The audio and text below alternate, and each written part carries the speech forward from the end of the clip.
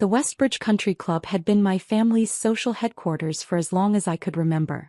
18-hole championship golf course, Olympic-sized pool, tennis courts that hosted regional tournaments, and a dining room where business deals worth millions were negotiated over perfectly aged steaks. I'd grown up here in a way, attending debutante balls, anniversary celebrations, graduation parties, always as the overlooked younger daughter, the one who didn't quite fit the family mold. My sister Vanessa, 35, was everything our parents wanted. Ivy League educated, married to a corporate attorney, volunteer coordinator for 3 prestigious charities. She wore designer clothes like armor and knew exactly which wine to order with every course. I was the disappointment. I dropped out of college after 2 years, worked a series of concerning jobs, barista, retail manager, administrative assistant, and showed up to family events in clothes from Target instead of Neiman Marcus. Today I'd made the mistake of arriving at the club for Sunday brunch wearing jeans, a casual blazer and comfortable flats. My parents were already seated at their usual table on the terrace when I walked in. Dad saw me first and his expression curdled like milk left in the sun. "Absolutely not," he said loudly enough that nearby tables turned to look. "You are not sitting with us dressed like that." I stopped a few feet from their table. Mom set down her mimosa and stared at me with open disapproval. "Emma, what are you wearing?" she asked, her voice sharp. "Clothes," I said simply. "You invited me to brunch." "I invited you assuming you dress appropriately. This is the Westbridge, not a shopping mall." Vanessa appeared from the direction of the ladies' room, immaculate in a cream-colored dress that probably cost more than my monthly rent used to cost. She saw me and actually stopped walking. "Oh my God," she said.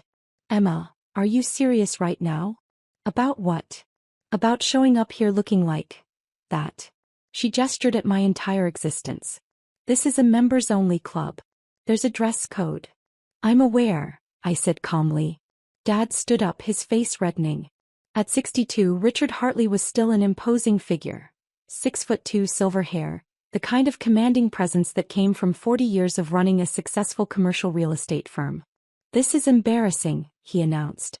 "My daughter shows up to the Westbridge Country Club in jeans and bargain bin clothes. Do you have any idea how this reflects on me? On this family?"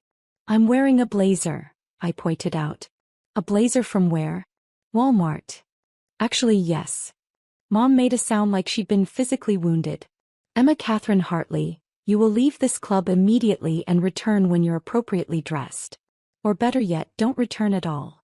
Several other families were watching now, including the Vandermeers, whose daughter had gone to prep school with Vanessa. I could see Mrs. Vandermeer whispering to her husband, probably relishing this display of family dysfunction. "I was invited," I said quietly. "You called me Thursday and specifically asked me to join you for Sunday brunch. I assumed you'd have the common sense to dress properly," Mom snapped. "Clearly I overestimated you." Again. Vanessa stepped closer, lowering her voice but not enough. "Emma, you're making a scene. Everyone's staring. Just go home, change, and maybe we can salvage this." "I drove an hour to get here." "Then you should have thought about that before leaving the house looking like a homeless person." That comparison hung in the air like poison gas. Dad gestured sharply toward the entrance. "Leave. No. Before you embarrass this family any further." "I haven't done anything," I said. "Your presence is the embarrassment," Mom said coldly. "Walking into the Westbridge dressed like you're going to clean houses, not have brunch. What will people think? That I'm your daughter? Not if I can help it." Mom's eyes were ice. "We have a reputation here.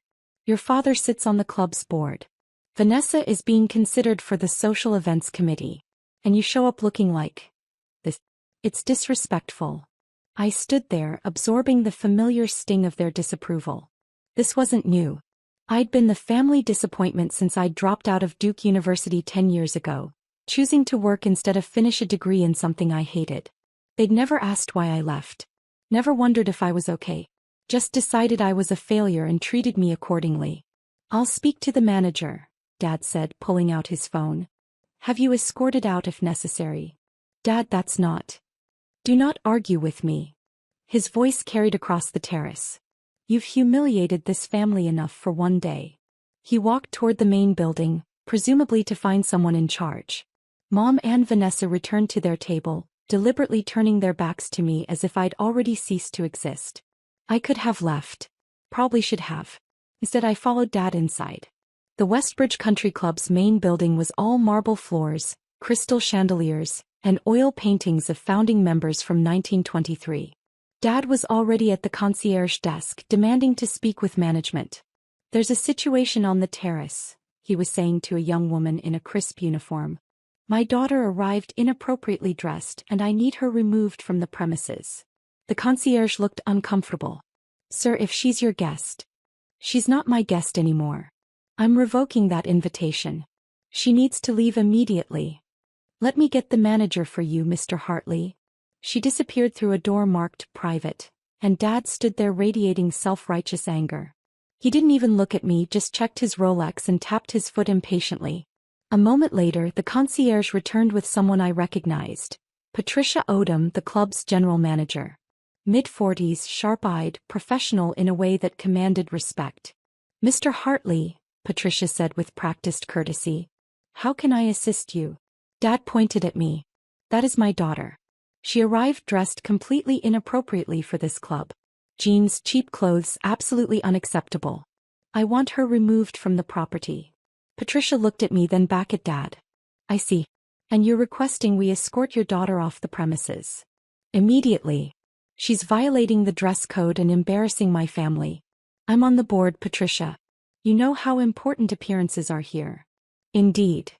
Patricia's expression was neutral, professional. "And this is your formal request? To have her removed?" "Yes.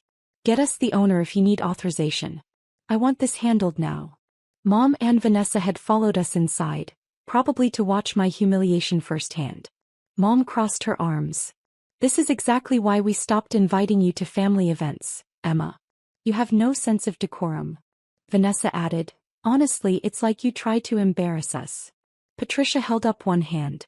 "One moment, please." She pulled out her radio. "Security to the main lobby, please. And can someone locate Ms. Hartley for me?" Dad looked satisfied. "Thank you. It's unfortunate, but standards must be maintained." "Absolutely," Patricia agreed. "Standards are extremely important." 2 security officers arrived, both in professional suits rather than traditional guard uniforms. The Westbridge prided itself on understated security, keeping problems invisible to the members. "Wait here, please," Patricia said, then disappeared through another door. We stood in awkward silence. Dad checked his phone. Mom examined her manicure. Vanessa scrolled through Instagram, probably already composing a message to her friends about her tragic sister's latest disaster. I waited, my heart beating faster than I expected. Patricia returned after 3 minutes, but she wasn't alone. She was accompanied by a woman in her 60s wearing an elegant pantsuit, Catherine Brennan, the club's director of operations and the person who actually ran day-to-day management. Behind them was someone else. My assistant Jordan, carrying a leather portfolio. "Mr. Hartley," Catherine said formally, "I understand you've requested the owner's intervention regarding a dress code violation?" "Yes," Dad said, looking pleased that they were taking this seriously. "My daughter is dressed inappropriately and I want her removed. If the owner needs to sign off on this, fine. But it needs to happen now." Catherine nodded slowly. "The owner is here actually. Ms. Hartley, would you like to address this personally?" He was looking at me. Dad followed her gaze, confused. "What?" Patricia stepped forward, speaking clearly for everyone to hear.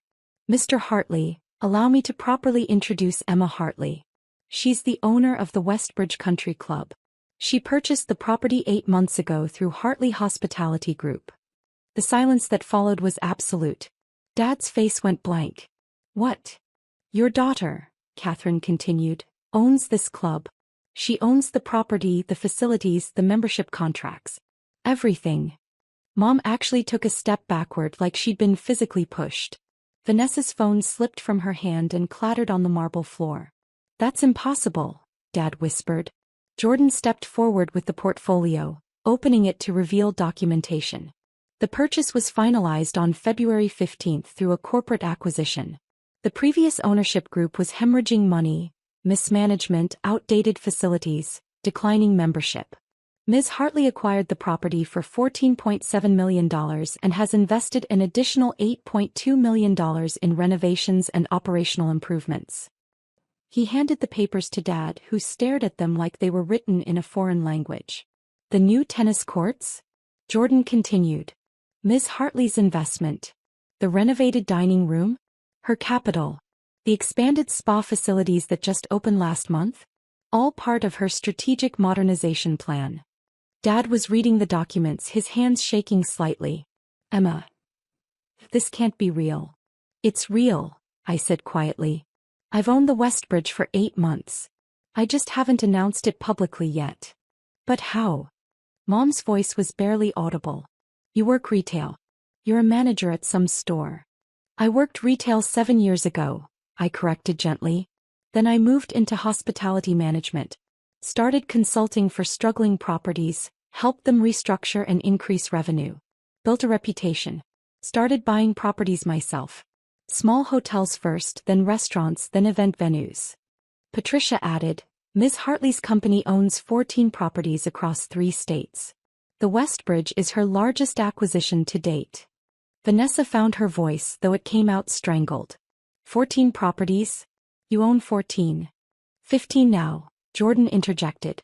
We closed on a boutique hotel in Asheville yesterday. Ms. Hartley flew back this morning specifically to make this brunch. Dad was still staring at the paperwork. At the signatures. At my name on legal documents that proved everything they were saying. Why didn't you tell us? He asked. I looked at him. My father, who just tried to have me thrown out of my own property. When would I have told you, Dad? At Christmas, when you spent the entire dinner talking about how Vanessa's volunteer work was real contribution to society? Or at Easter when you told everyone I was still figuring things out? That's not fair, Mom said weakly. Isn't it? I turned to her. You've spent 10 years treating me like a failure because I didn't follow the path you wanted. I dropped out of Duke, so I was a disappointment. I worked retail, so I was beneath you. I didn't marry a lawyer or doctor, so I was an embarrassment. We were concerned about you, Vanessa tried. You were ashamed of me, I corrected. There's a difference.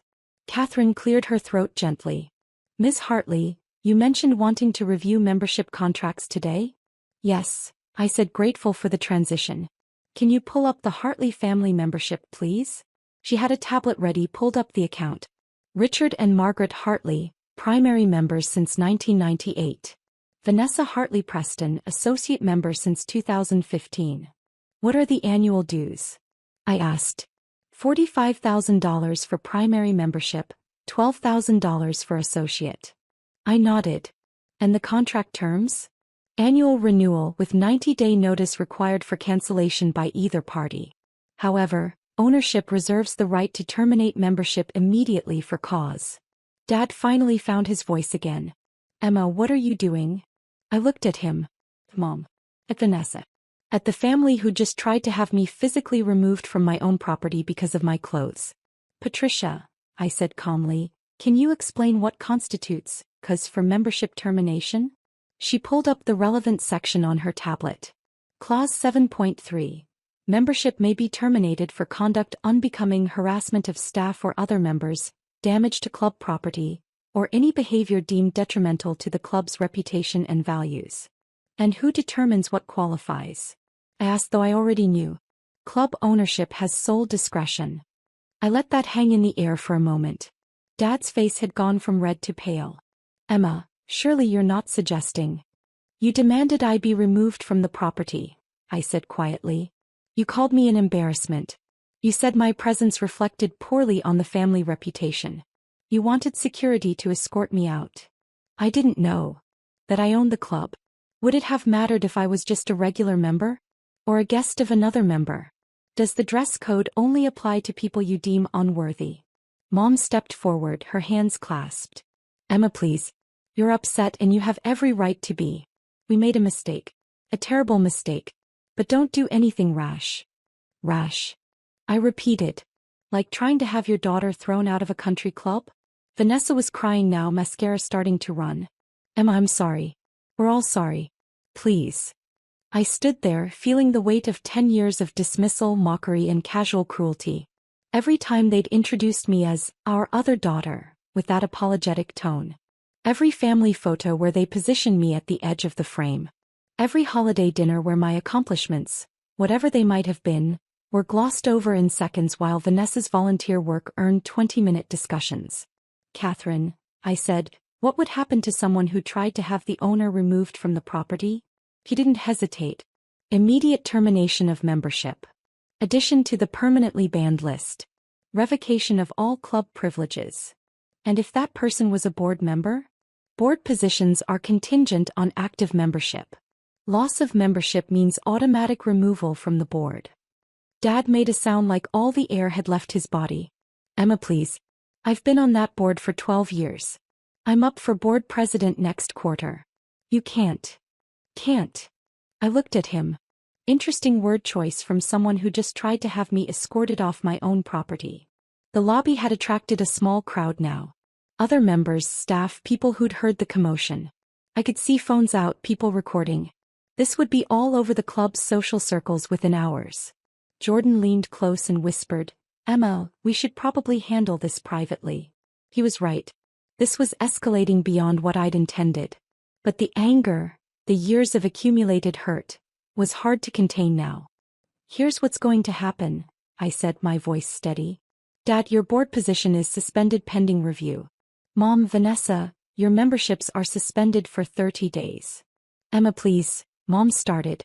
During those 30 days you're going to think very carefully about how you treat people. About how you judge them. About what really matters.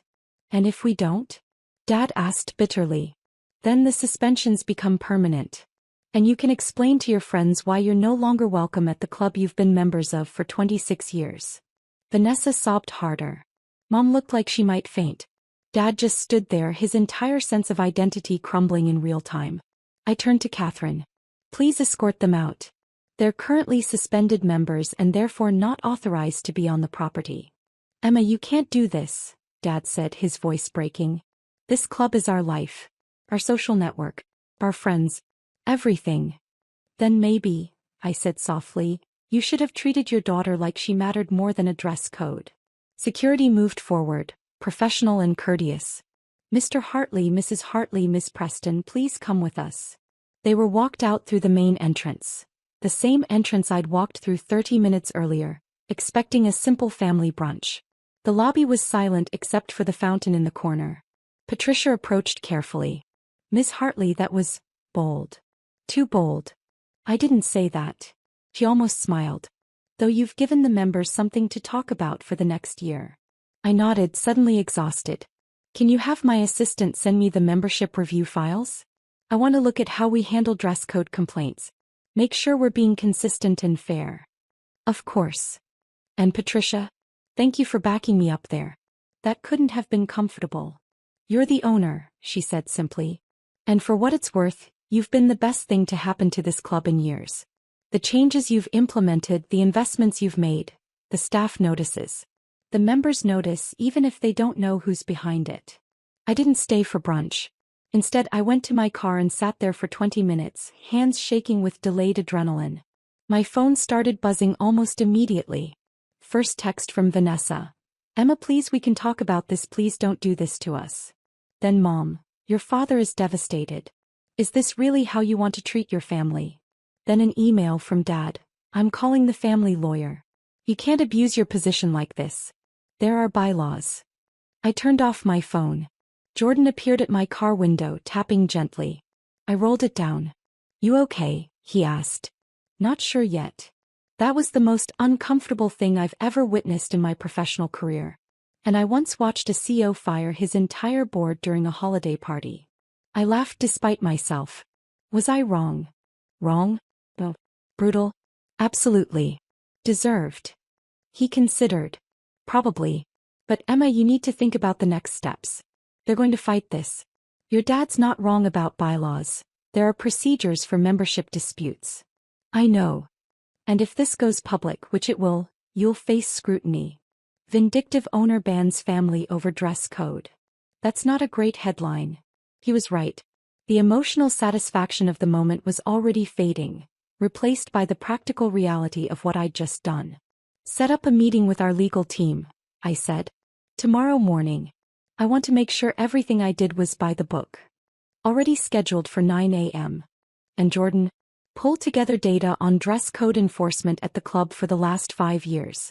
I want to see how consistently it's been applied, particularly for board members and their families. You think there's a pattern? I think my father spent years on that board making decisions about who belongs and who doesn't. I want to know if those decisions were fair. Jordan nodded slowly. I'll have a report ready by tomorrow afternoon.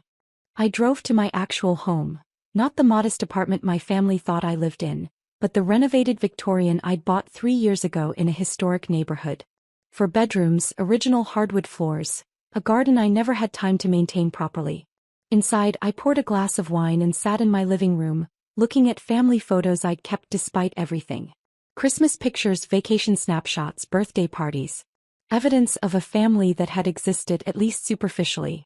My phone was still off, but I could imagine the messages piling up. The panic. The anger. The accusations. I'd humiliated them. Publicly. In front of their social circle, their friends, their entire support network. Was I wrong? The question sat with me through the afternoon, through dinner, through a mostly sleepless night. By Monday morning I had 17 voicemails.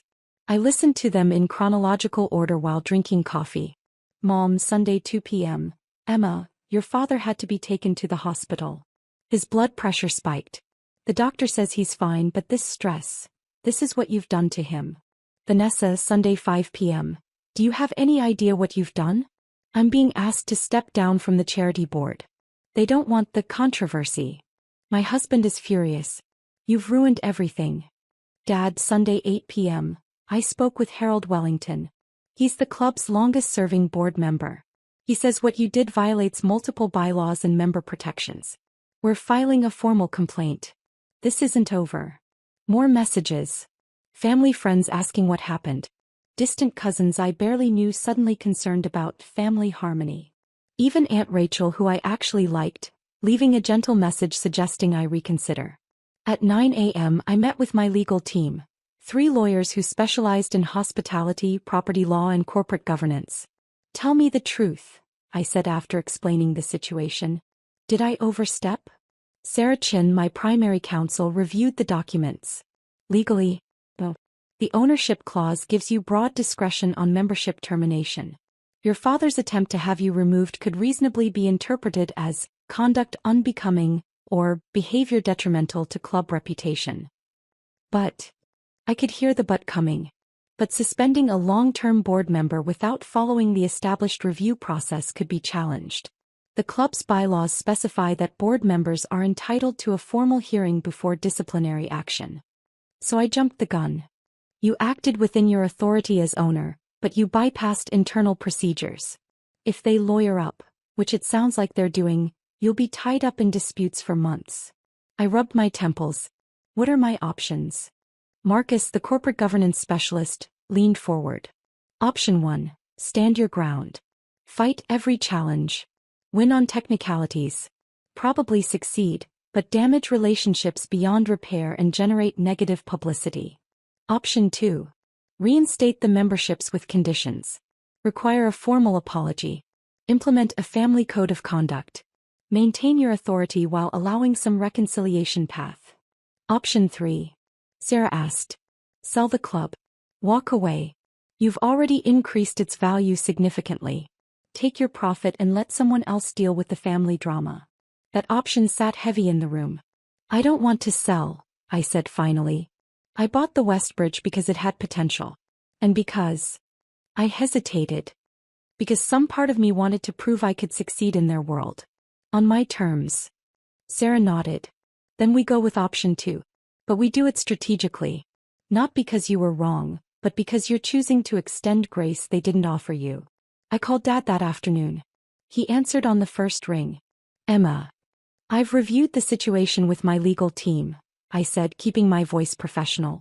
I'm prepared to reinstate your memberships under specific conditions. Silence. Then, what conditions? First, a formal written apology from each of you. Not for my benefit, I don't need it. But for the record, acknowledging that demanding someone's removal based on appearance was inappropriate. That's it. Second, you'll participate in a board review of the club's dress code policies. Make them clear, consistent, and fairly applied. No more subjective enforcement. We can do that. Third, and this is non-negotiable, you'll respect my ownership. No more undermining my decisions. No more using your board position to create problems. If you can't support the direction I'm taking the club, you can resign from the board. But you don't get to stay and sabotage. More silence. Then quietly, you've really built something, haven't you? Yes. I didn't know. I should have asked. Should have paid attention to what you were doing instead of assuming you were failing. Yes, I said again. You should have. Your mother and I were proud of Vanessa because she's visible. Her charity work, her social connections, it's easy to see and understand. What you do, it's behind the scenes. We didn't realize that I was successful, or that success could look different than what you expected. Both, he admitted. Oh, I'm sorry. Truly. What we did was wrong regardless of who you are or what you own. I'm reinstating your memberships effective immediately, I said. The apologies should be sent to Catherine Brennan by end of week. Board review of dress code policies begins next month. Thank you. Dad? This doesn't fix everything. You spent years making me feel like I wasn't enough. Like I didn't matter unless I met your specific definition of success. I know. I need you to understand, I didn't buy this club to impress you. I didn't build my company for your approval. I did it for myself. Because I'm good at it and I enjoy it and it matters to me. I'm starting to understand that. Good. Because I'm not interested in performing success for your benefit. Either you accept me as I am, jeans and all, or this conversation is pointless. I accept you, he said quietly. I should have always accepted you. I'm sorry it took this to make me see that. We talked for another 30 minutes. Not solving everything but starting somewhere. The following Sunday I returned to the Westbridge for brunch. Jeans, blazer, comfortable flats. The exact same outfit. My family was already there at their usual table. I walked up and they stood. All three of them. Emma, Mom said carefully. Would you like to join us? I would. They'd saved me the seat with the best view, facing the terrace overlooking the golf course. We ordered food. Made small talk. Carefully navigated around the elephant in the room. Finally Vanessa spoke. I read about your hotel in Asheville. It's getting incredible reviews. Thank you. And the property in Savannah, the one you're renovating, it looks beautiful. I looked at her. You've been researching my company? I wanted to understand what you've built. And Emma, it's impressive. Really impressive. I've been telling my colleagues about it, Dad added. Your business model, the way you identify underperforming properties and turn them around, it's smart. Mom reached across the table and touched my hand. I read your apology, she said. All three of them. I meant every word. I know this doesn't fix everything, Dad said. But we want to try. To actually know you, not the version we assumed you were. I looked at my family, flawed, complicated, capable of cruelty but also apparently capable of growth. Hey, I said. Let's try. It wasn't a fairy tale ending. We didn't hug and cry and instantly become a perfect family. But it was honest, which mattered more. And when other members walked by and saw me sitting there in my jeans and blazer, laughing with my